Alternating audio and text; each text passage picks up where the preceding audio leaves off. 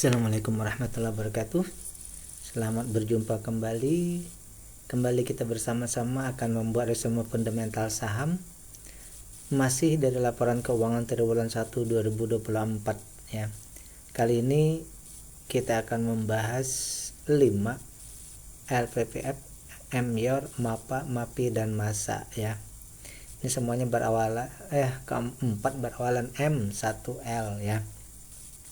Hari ini tanggal 12 bulan Juli 2024 sudah ada satu laporan yang triwulan 2 yang keluar ya. Cuma kalau satu saja mungkin kita masih menunggu lagi beberapa ya, supaya pembahasan kita satu pembahasan itu nanti beberapa. Baru ESA ya, kalau ya saya lihat sudah keluar itu ya. Jadi hari ini kita masih membahas yang triwulan 1 supaya nanti kita bisa membandingkannya di triwulan 2 nanti ya. Yang pertama ini kita akan masuk ke LPPF dulu ya.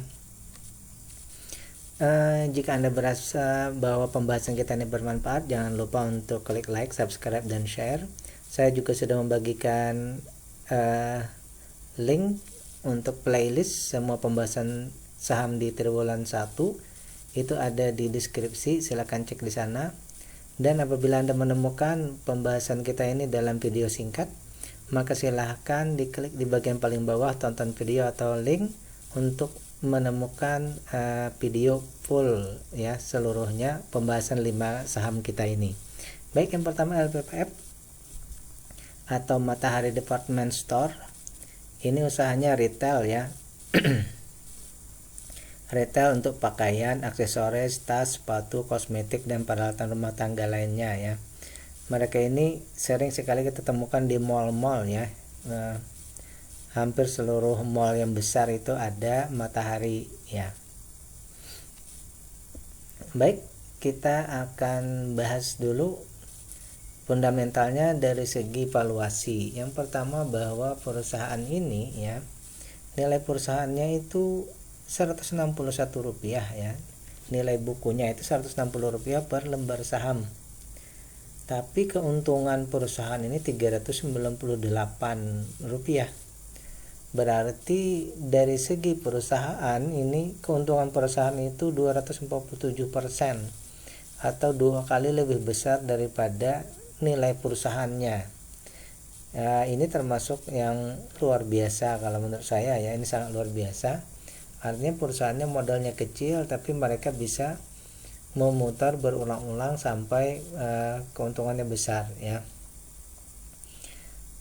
Namun ada juga yang menyatakan bahwa mereka ini untungnya besar karena mungkin mereka juga mendapatkan produk-produk dari rekanan itu ya, belum dibayar lebih dulu. Jadi istilahnya mereka menjadi tempat atau vendor tempatnya untuk perusahaan untuk produk-produk lain ditempatkan di tempat mereka ya. Tapi nanti kita cek saja selanjutnya. Jadi yang pertama tadi bahwa keuntungan perusahaan ini 247%, jadi keuntungannya 2 kali lipat ya. Baik, sekarang kita cek dulu yang pertama dari segi PBV-nya. Harga sekarang ini 1.500-an ya. Sementara nilai bukunya 160-an. Jadi harga sekarang ini sudah 8 kali ya. 8 kali lebih mahal daripada nilai perusahaannya ya.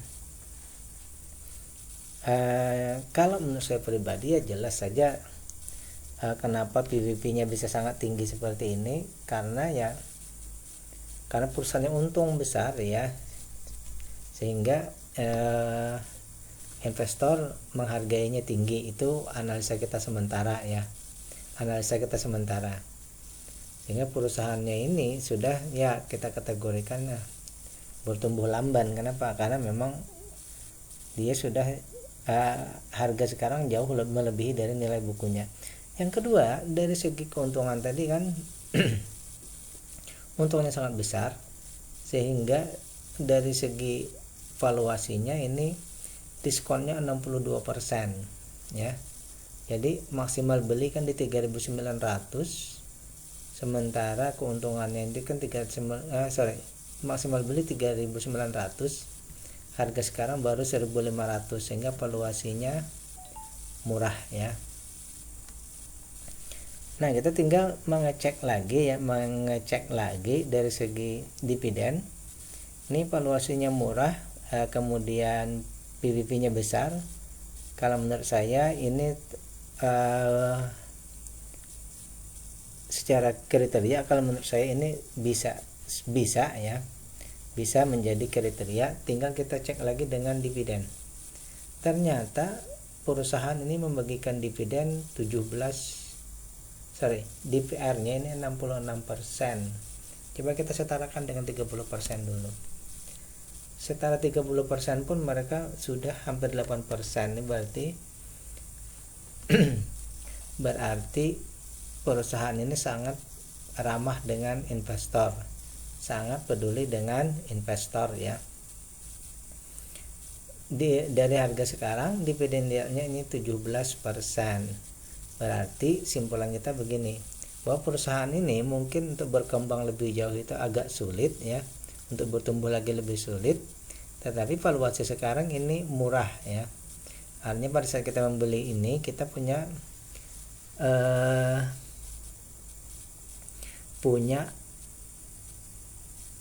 untung ya, beli sekarang ini untung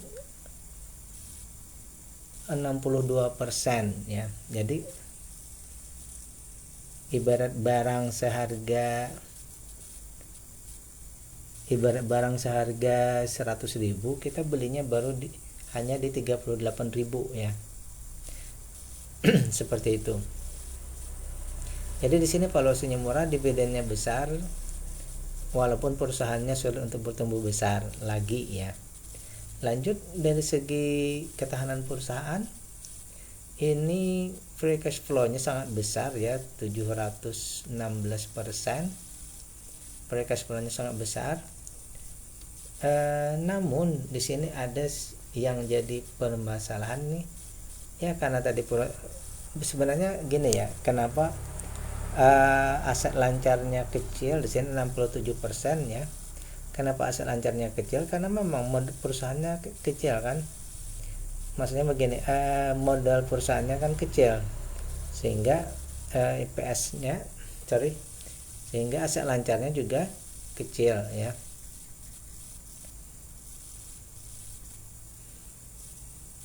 Kemudian hutang berbunganya ini tidak ada, berarti perusahaannya sangat bagus ya. Hanya yang jadi masalah bahwa ya itu tadi kan, hutang tak berbunganya yang besar ini karena tadi yang saya tahu bahwa perusahaan ini banyak barang-barang yang ada di tempat mereka itu kan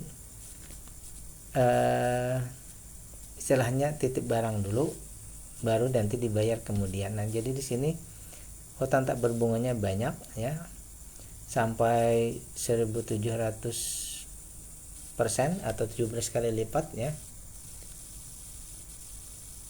Kalau saya sendiri mengkalkulasikannya seperti itu ya. Artinya meskipun tak berbunga, tetapi di sini juga ada leverage-nya ya. Kalau terjadi sesuatu ya, kita tidak tahu, maka agak sulit juga perusahaannya. Ini leverage-nya termasuk besar kalau menurut saya ya. Lanjut, kemudian dari segi semua sahamnya ini berada di bursa efek, semuanya bisa ditradingkan. Nah, apabila yang seperti ini dengan jumlah non market atau masyarakat yang di bawah 5% bisa trading, maka saya mengkategorikannya sebagai termasuk awas ya. Jadi seperti itu kalau pemahaman saya. Dari segi valuasi perusahaan ini bagus satu ya. Kemudian dari segi dividen juga luar biasa, ini sangat besar ya.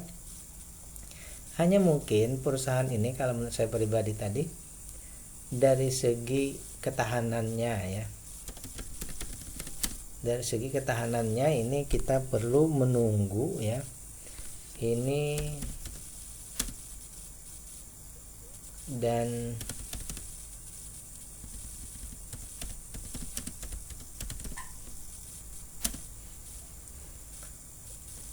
hutang tak berbunganya ya, dan aset lancarnya ini kalau bisa sampai di atas 100% juga ya, membaik. Plus lagi satu ini ya, kepemilikan masyarakatnya ya.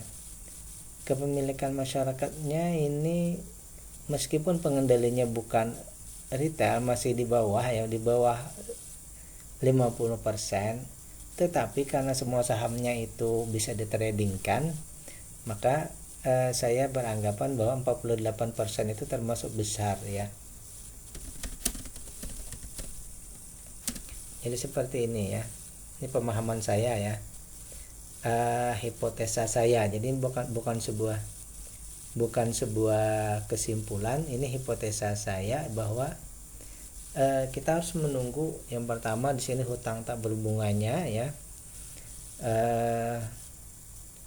memang agak sulit menurunkan di sini karena memang tadi sistemnya yang seperti itu. Yang kedua di sini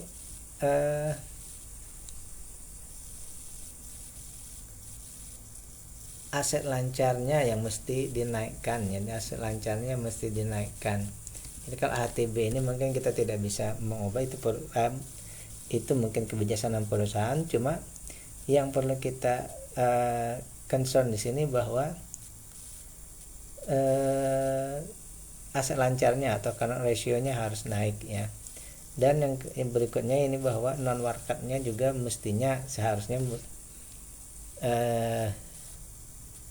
pengendali menguasai lebih banyak lagi daripada 48 tadi, sehingga 48-nya nanti menurun yang kita harapkan ya. Seperti itu kalau pemahaman saya ya. Lanjut yang kedua kita akan membahas Mayora, kode tikernya MYOR ya. Ini bidangnya perusahaan pembuatan makanan, permen dan biskuit. Ini paling terkenal itu Kopiko ya, Kopiko yang mereka paling terkenal. Bahkan produknya sampai terkenal ke luar negeri ya. Bahkan sudah sampai ke bulan katanya ya, dibawa oleh NASA. Lanjut.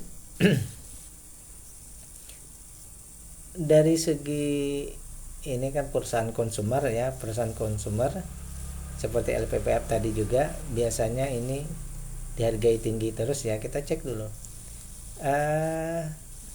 harga sekarang 2480, IPS nya 160, book value nya 728. Jadi untung bersih perusahaan ini adalah 22%. Jadi perusahaan ini untung bersihnya 22%, sangat besar ya, di atas 10%. Jadi perusahaan ini ya, kenapa harganya atau valuasinya ini mahal 2400? Karena untungnya besar 20%. Ini kalau menurut saya ya. Berarti harganya tinggi ini memang karena keuntungannya besar. Itu yang pertama. Sehingga sudah dihargai 2 kali lebih besar daripada nilai perusahaan, dan maksimal beli kita di 1600, sekarang sudah 55% di atas nilai maksimal beli ya. Jadi valuasinya mahal ini karena untungnya besar. Yang kedua, perusahaan ini sudah friendly dengan investor dengan 38%, tetapi karena harganya tadi sudah mahal ya, akhirnya dividennya kecil ya. Terus kita lihat selanjutnya dari free cash flow ini 10% ya. Free cash flow-nya 10%, berarti aman-aman saja, roda perusahaan aman saja. Kemudian dari segi ketahanan lainnya bahwa current ratio-nya 3 kali lipat, hutangnya masih di bawah 100 ya. Jadi ketahanan perusahaan aman. Kemudian juga dari segi kepengendalian, perusahaan memang mengendalikannya, hanya 15% yang ada di masyarakat, dan yang di tradingin pun 15%. Jadi perusahaan ini pada intinya sebenarnya sangat baik ya, perusahaan ini sangat untung, ketahanannya juga baik. Hanya saja ini saja masalahnya, kita sebagai investor saat ini ya, harga ini sudah di atas, itu saja. pada saat kita mau beli di saat ini harganya valuasinya sedang mahal. Kalau perusahaannya ini luar biasa, untung besar ya, tidak ada masalah, baik semua ya. Hanya pada saat ini valuasinya mahal, itu saja. Jadi mungkin simpulannya menunggu harga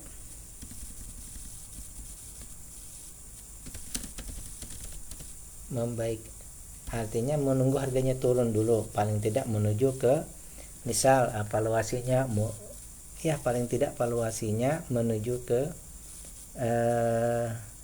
wajar ya.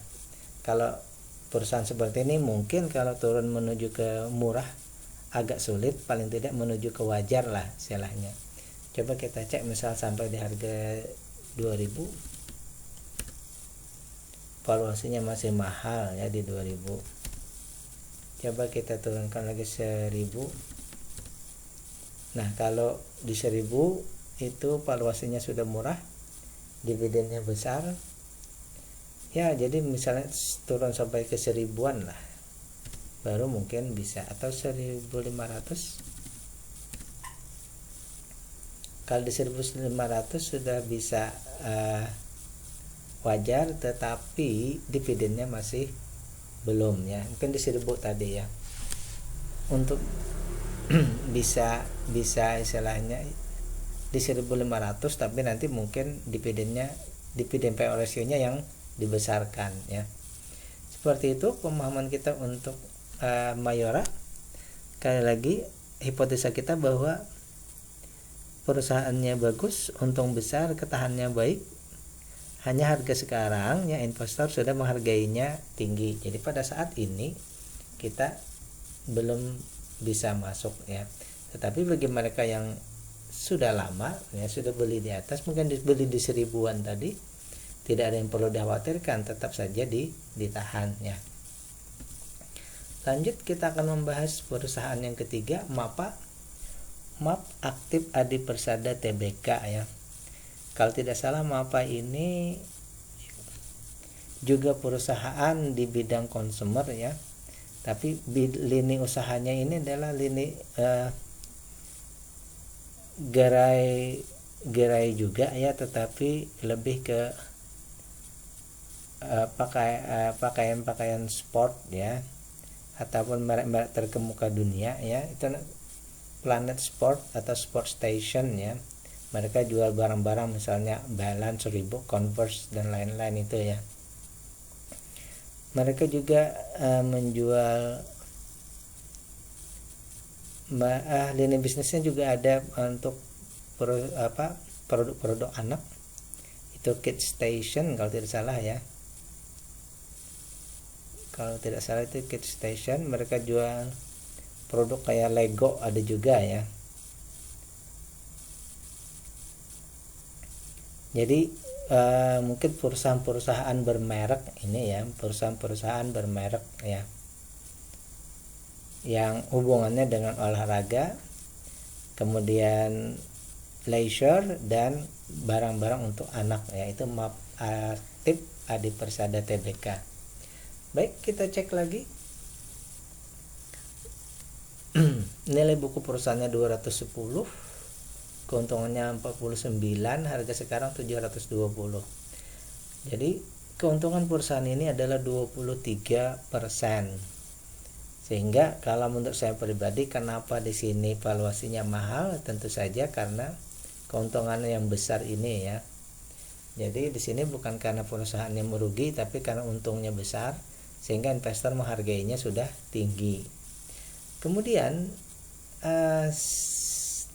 sayangnya tidak seperti Mayora ya. Tidak seperti Mayora ya. Ya. Tidak seperti Mayora ya. Kalau Mayora tadi dividennya besar ya. Kalau itu pun masih terhitung kecil ya. Nah, kalau di sini mereka membagikan dividen hanya 10%. Kalau kita setarakan dengan 30 juga baru 2% ya. Jadi dengan dividen payout ratio yang 10%, bahkan kalau kita setarakan dengan 30 pun masih belum mencapai 3% atau inflasi ya. Sehingga di sini harga yang tinggi 720, dividennya hanya 0,68%, sehingga di sini dividennya kategorinya kecil. Namun dari segi lainnya, ketahanan perusahaan ini free cash flow-nya 7,62%, besar ya. Cash-nya aman, hutangnya tidak bermasalah ya. Jadi di sini ketahanan perusahaan aman. Kemudian saham yang ditradingkan pun hanya 32% dan semuanya ada di masyarakat. Jadi mungkin sih masyarakat tidak ada yang berinvestasi, mereka juga trading ya, makanya holdnya masyarakat kecilnya juga tidak pegang lama. Jadi kesimpulannya bahwa perusahaan ini baik, perusahaan ini bagus, ketahanan perusahaannya juga bagus. Hanya karena investor sudah menghargainya tinggi ya, sehingga dividennya menjadi kecil. Namun juga DPR-nya dari segi dividen payout ratio-nya juga belum ramah dengan investor, itu saja ya.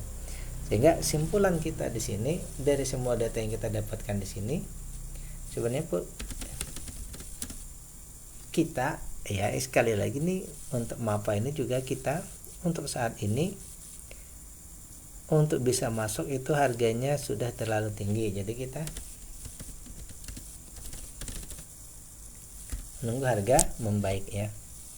Mungkin kalau kita persamakan dulu ya, misal kalau kita samakan dengan nilai bukunya,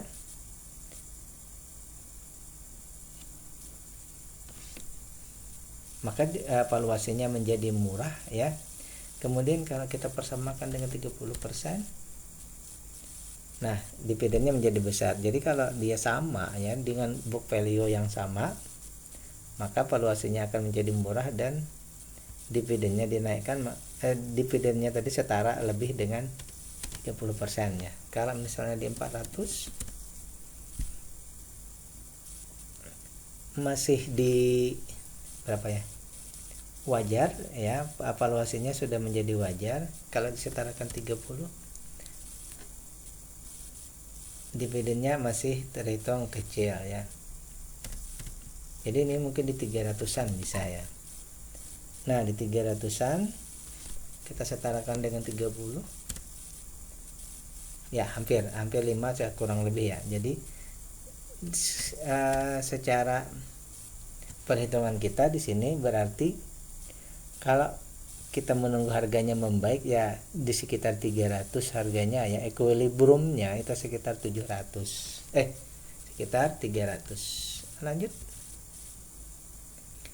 ini yang kedua, mungkin ini ya, MAPI, Mitra Adi Perkasa Tbk ya. Ini saudaranya ya dengan MAPA tadi ya, saudaranya dengan MAPA, cuma di sini mereka lebih ke department store, segmen penjualan retail, digital food, dan beverage. Di sini ada makanan dan minumannya ya. Kalau yang tadi itu segmen retailnya ya. Kalau ini lebih ke ada juga foodnya ya. Saya belum mengerti, coba saya cek dulu ya. MAPI ini ternyata induknya dari MAPA dan MAPBI ya. Jadi MAPI ini induknya dari MAPA dan MAPBI ya. Mungkin tadi MAPA tadi itu di segmen retailnya ya. MAPA itu di segmen retailnya ya. MAPI ini induknya, kemudian FNB-nya itu mungkin MAPB-nya itu ya. Baik, kita akan bahas MAPI, Mitra Adi Perkasa. Book value-nya 629, EPS-nya 115, harga sekarang 1380 ya. EPS dibanding book value itu 18% ya. Jadi kalau kita lihat di sini bahwa valuasinya mahal, berarti valuasinya mahal ini lebih karena memang perusahaannya untung ya, perusahaannya untung sehingga investor menghargainya tinggi. Itu pandangan kita yang pertama ya. Sehingga harga sekarang ya itu 1,2 kali lebih mahal daripada nilai perusahaan, dan kalau dibandingkan dengan maksimal beli 1.100 itu sudah 20% lebih mahal. Kemudian hampir sama dengan MAPA tadi ya, perusahaan ini membagikan dividen hanya 7%. Kalau kita setarakan dengan 30% juga baru 2% ya. Ini dividennya kecil tadi karena memang harganya mahal sehingga dividennya kecil, tetapi dari segi investor friendly ini belum ya, belum ramah dengan investor karena dividennya masih kecil. Lanjut, dari segi ketahanan, free cash flow-nya kelebihan 2%, kemudian aset lancarnya aman, cashnya aman, hutang berbunganya aman. Hanya bahwa di sini hutang tak berbunganya ini lebih ya. Ini sudah 47% lebih mahal. Berarti ada leverage ya. Ada setengah ya. 1,5 kali ya lebih mahal daripada ekuitasnya. Berarti lebih mahal dari hutangnya lebih besar daripada modalnya ya. Berarti di sini termasuk awas ya. Kemudian juga di sini karena semua sahamnya ya, nih semua sahamnya itu bisa ditradingkan, berarti saham yang ada di masyarakat itu ya 49%, maka di sini termasuk kalau saya pribadi ya, apabila saham itu semuanya bisa ditradingkan dan non marketnya 49%, ini termasuk meskipun pengendali masih mengendalikan, tapi ini sudah dalam kriteria awas ya. Baik, dari sini kita dapati bahwa sebenarnya dari segi perusahaan oke, dari segi perusahaan bagus. Kenapa? Karena perusahaannya untung besar, satu. Yang kedua, dari segi ketahanannya hampir saja aman semua, tetapi di sini ada concern dari hutang tak berbunganya ya. Ini harus diperbaiki ya. Mungkin tadi intinya di sini juga karena vendor-vendor tadi yang meletakkan barang mereka ya, tapi mungkin sedikit hapus saja ya. Jadi yang jadi concern kita dari semua ini ya, dari semua ini menjadi concern kita berarti hanya satu. Kalau hipotesa saya pribadi ya, bahwa ini harus baik ya. Mungkin dari hutang tak berbunganya ini karena tadi mungkin vendornya banyak meletakkan, cuma kayak kita bisa letakkan juga di sini berarti ya. Jadi kita menunggu dua. Yang pertama hutang tak berbunganya bisa ditekan. Yang ketiga bahwa di sini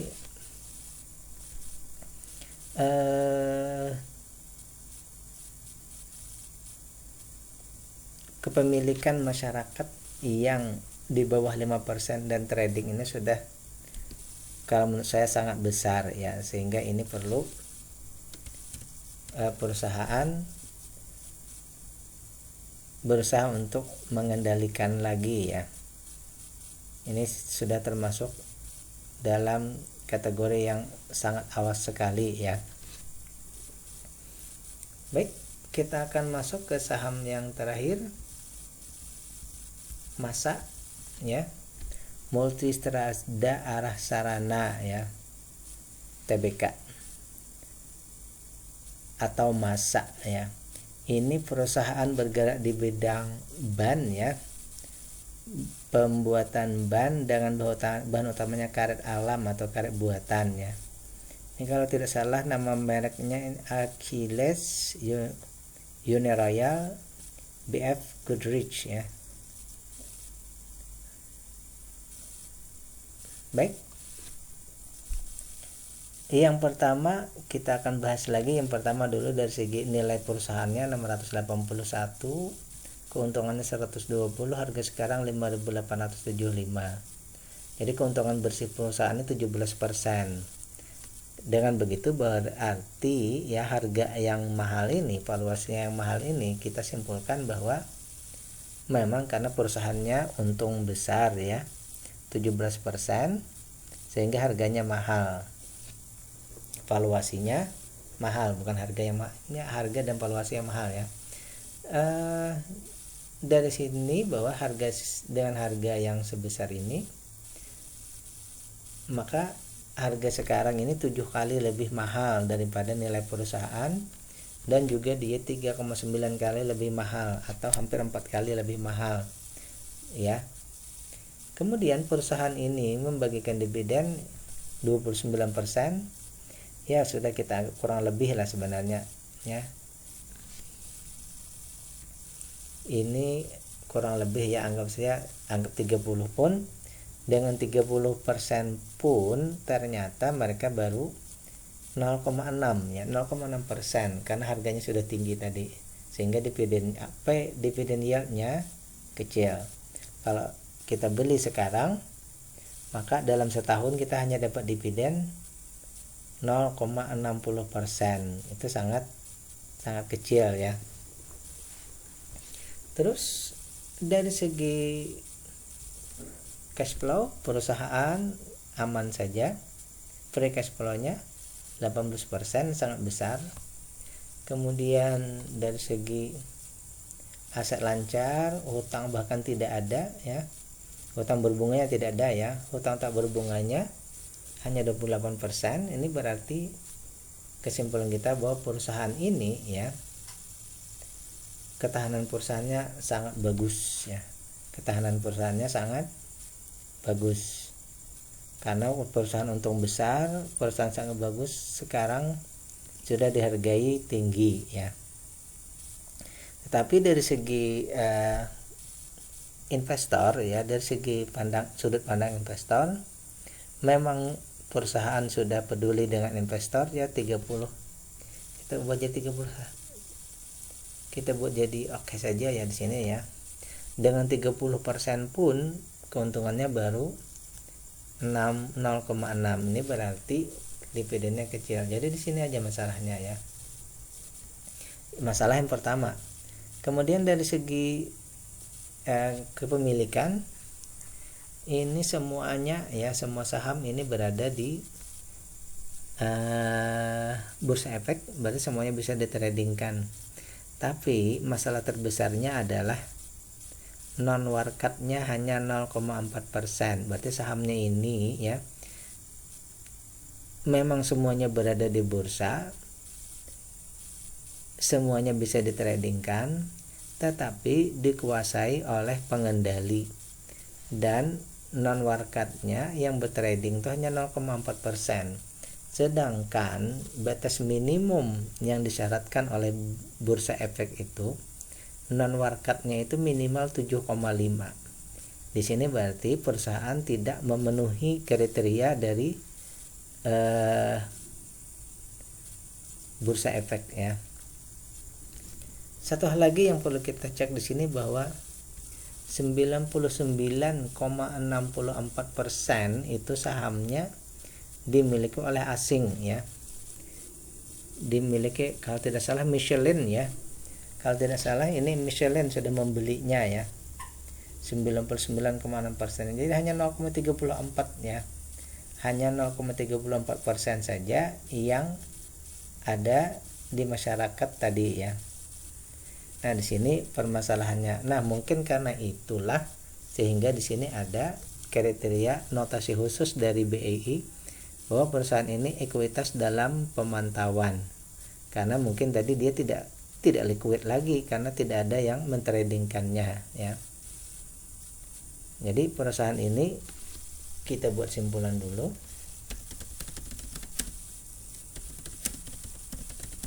Non-marketnya ya harus jangan sampai 0,4. Kalau memang mau bertahan di bursa efek, berarti mereka harus melakukan aksi korporasi dulu ya, supaya jumlah sahamnya menjadi lebih meningkat.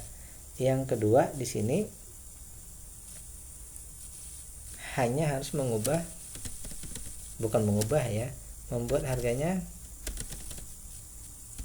membaik ini dalam artian bahwa harganya menuju equilibriumnya dulu ya, menuju ke harga kesetimbangannya, baru kita bisa masuk. Kalau di saat-saat seperti ini ya tadi bahwa memang valuasinya sudah sangat mahal ya, harganya sudah mahal ya. Oleh karena itu simpulan kita menunggu non-marketnya memenuhi kriteria dari BEI, sehingga mungkin nanti notasi khususnya pemantauan ekuitas dalam pemantauannya nanti bisa berubah ya. Coba kalau kita mencari equilibriumnya dulu ya. Misal di sini kita turunkan menjadi 3000. Valuasinya masih mahal ya. Kalau 1000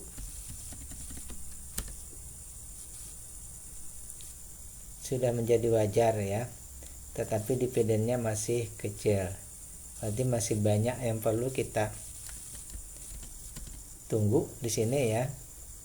Tapi yang paling jelas bahwa non-marketnya ini memang perlu concern yang lebih jauh.